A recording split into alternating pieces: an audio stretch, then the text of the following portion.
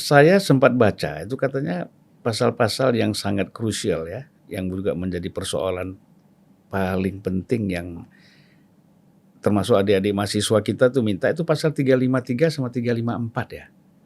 Soal penghinaan dan lain-lain itu. Iya betul. Heeh. Itu tadi yang melanggar demokrasi itu. Jadi ada penghinaan kepada penguasa umum Mhm.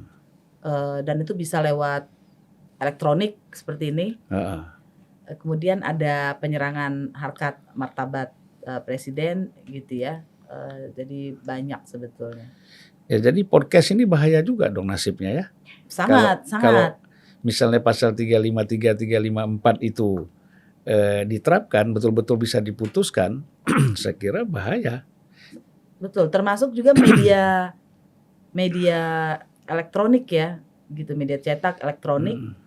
Ini bisa kembali seperti masa Orde Baru ya, karena misalnya begini, KUHP ini saya mau membuktikan bahwa undang-undang itu akan sangat dipengaruhi oleh penegakan hukumnya.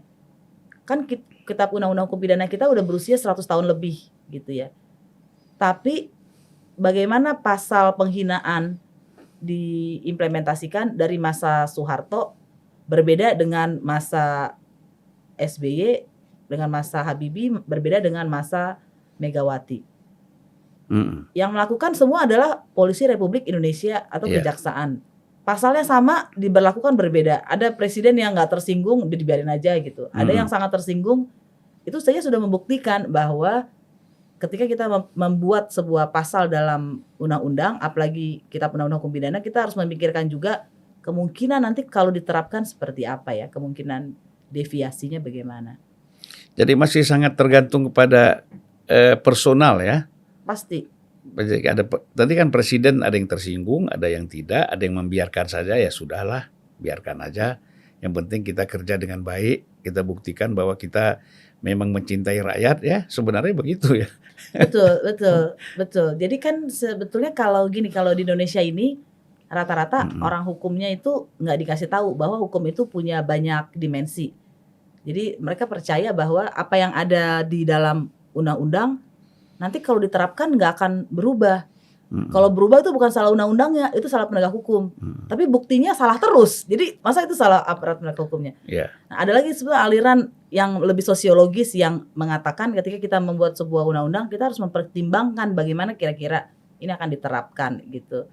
Nah, kalau melihat aparat penegak hukum kita gitu ya, dan budaya kita yang cenderung tadi feodalisme, kan kita kan sebetulnya kan kalau kita mau jujur kita masih feodal ya.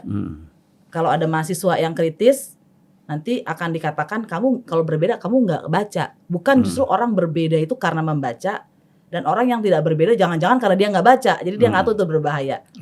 Pokoknya kalau semua orang muda yang kritik itu pasti karena kamu nggak ngerti, karena kamu nggak baca. Itu kan feodalisme, gitu. Nah, feodalisme itu juga melihat bahwa kalau atasan itu pasti lebih benar atau jangan dilawan gitu ya. Nah, menurut saya hal-hal seperti ini akan sangat mempengaruhi penegakan hukum. Nggak usah dikasih pasal-pasal yang tadi, gitu. Kalau delik aduan gampang, bikin surat kuasa aja udah.